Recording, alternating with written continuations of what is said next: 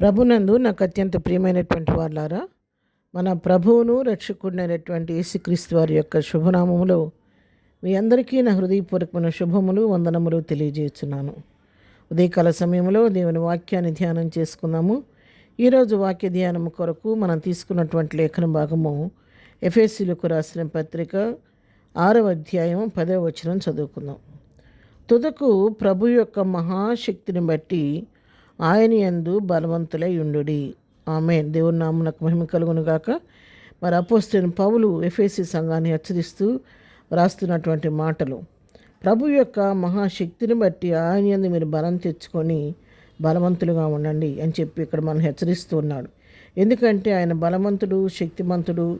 మరి ఆయనకు మనం బలం అనుగ్రహించువాడు. ఆయన బలము ఆయన యొక్క స్వభావ లక్షణం కాబట్టి ఆయన యొక్క శక్తిని బట్టి, సామర్థ్యాన్ని బట్టి, ప్రభుని బట్టి మీరు బలం తెచ్చుకొని బలవంతులుగా ఉండండి అని చెప్పని మనకి ఇక్కడ తెలియచేస్తూ ఉన్నాడు. అంతేకాదు, మరి 6వ అధ్యాయం 11 చివరి వరకు మనం చదువుకుంటూ ఉంటే, ఇక్కడ 11, 18 వచ్చిన వరకు చదువుతుంటే, ఇక్కడ మన దేవుని బిడ్డలకైనా మనకు ఇస్తున్నటువంటి కొన్ని ఆత్మ సంబంధ యుద్ధోపకరణాల గురించి రాయబడి ఉంది. వాటన్నిటిని మనం ధరించుకొని అపవాది వేస్తున్నటువంటి అగ్నిబాణం వారిపేటకు శక్తివంతులు అవమని చెప్పి కూడా ఇక్కడ వాక్యం మనకు సెలవిస్తూ ఉంది. దేవుడు ఇచ్చేటువంటి సర్వాంగ కవచాన్ని, ఆ యొక్క శిరస్త్రాణాన్ని మనం ధరించుకొని విశ్వాసమైన డాలు పట్టుకొని అపవాది మన మీద దాడి చేస్తున్నప్పుడు వాడిని జయించడానికి మనం ధైర్యవంతులుగా ముందుకు సాగాలి. మన అడుగునకు సత్యమైన దట్టి కట్టుకొని పాదములకు సమాధాన సువార్త సిద్ధ మనసు జోడు తొడుక్కొని ధైర్యంగా నిలువబడి అపవాదిని మనం ఎదిరించేవారిగా ఉండాలి. ప్రభువును బట్టి మనం బలం తెచ్చుకొని అపవాదిస్తూ ముందుకు సాగిపోయేవారిగా ఉండాలి. ఇంకా ఏ విధంగా దేవుని దగ్గర గురించి మనం బలం పొందుకోగలుగుతాము అన్న విషయాన్ని మనం గమనించినట్లయితే, మరి అపోస్తలుడైన పౌలు తిమోతికి రాసి 2వ పత్రికలో కూడా మనం చూస్తే 2వ అధ్యాయం 1వ వచనం చదువుకున్నట్లయితే, నా కుమారుడా, క్రీస్తు యేసునందున్న కృపచేత బలవంతుడో కమ్ము. అక్కడ మహాశక్తిని బట్టి బలం తెచ్చుకోమంటున్నాడు. ఇక్కడ క్రీస్తు యేసునందున్నటువంటి కృపను బట్టి నువ్వు బలం తెచ్చుకోమని మనం హెచ్చరిస్తున్నాడు.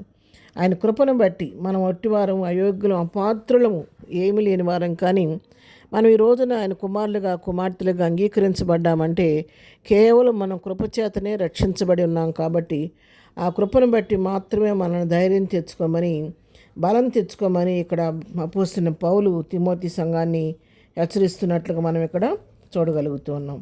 ఇంకా దేన్ని బట్టి మనం ఈ లోకంలో బలం తెచ్చుకొని ముందుకు సాగగలుగుతాము అన్న విషయాన్ని మనం గమనించినట్లయితే, నెహెమ్యా గ్రంథంలో కూడా చూసుకుందాము. నెహెమ్యా గ్రంథం 8వ అధ్యాయం 10వ వచనంలో చివరి భాగం మనం గమనించినట్లయితే, యెహోవా యందు ఆనందించడం వలన మీరు బలం పొందుదురు.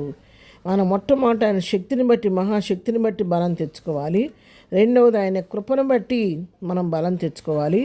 మూడవది ఆయన యందు ఆనందించడాన్ని బట్టి బలం తెచ్చుకోవాలి. మనకున్నటువంటి విచారాలన్నీ ప్రభు పైన, మన భారమంతా ప్రభు పైన మోపి ప్రభువుని బట్టి మనం ఆనందిస్తూ ఆయన సన్నిధిలో, సముఖములో, ఆయన ప్రార్థనలో, వాక్యంలో మనం ధ్యానం చేస్తూ ప్రభువులో ఆనందించడం మొదలుపెట్టినప్పుడు ఏమవుద్దంటే మనకు ఎక్కడలేని ఆత్మబలము మనకు కలుగుతూ ఉంటుంది. కాబట్టి మన ప్రభువులందు ఆనందించి బలం తెచ్చుకోండి అని.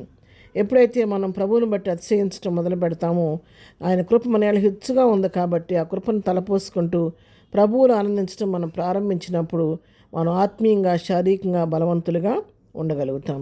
మరొక విషయం మనం చూసుకుందాం. అది ఇంకా దేని బట్టి మనం బలం తెచ్చుకోగలుగుతామని చూస్తే, యెషయా గ్రంథం 30వ అధ్యాయం 15వ వచనం చదువుకున్నాం. ఆ లాస్ట్ భాగం చూసుకుంటే అక్కడ, మీరు ఓరకుండి నమ్ముకున్నట్టు వల్ల మీకు బలము కలుగును.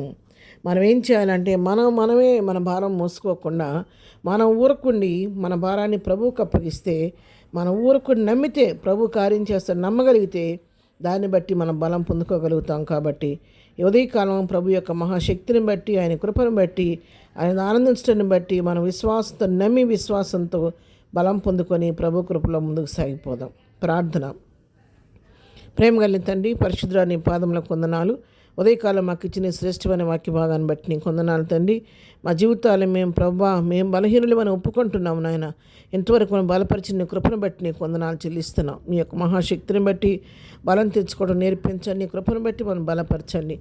నేను ఆనందించి బలం తెచ్చుకోవడం నేర్పించండి నాయన. ఊరకుండి ఆమె అవిశ్వాసపడకుండా విశ్వాసంతో నీ కార్యం కొరకు ఎదురు చూస్తూ బలం తెచ్చుకునే కృప దయచేయండి. ఇద్దరు మేము చేయి పని పాటలో తోడుగుండండి. రాకపోకలో క్షేమం దయచేయండి. ఇద్దరు బర్త్డే మ్యారేజ్ చేసుకుని బిడ్డలను దీవించండి, ఆశీర్వదించండి. బలహీనలు ముట్టండి, స్వస్థపరచండి, దుఃఖంలో వారు ఓదార్చండి. ప్రతి వారి పట్ల కృప విస్తరింపచేయమని యేసు నామములో ప్రార్థించడి పొందుకొని ఉన్నాము తండ్రి. ఆమెన్. ప్రభు కృప సదాకాలం మనందరికీ తోడై నడిపించునుగాక. ఆమెన్.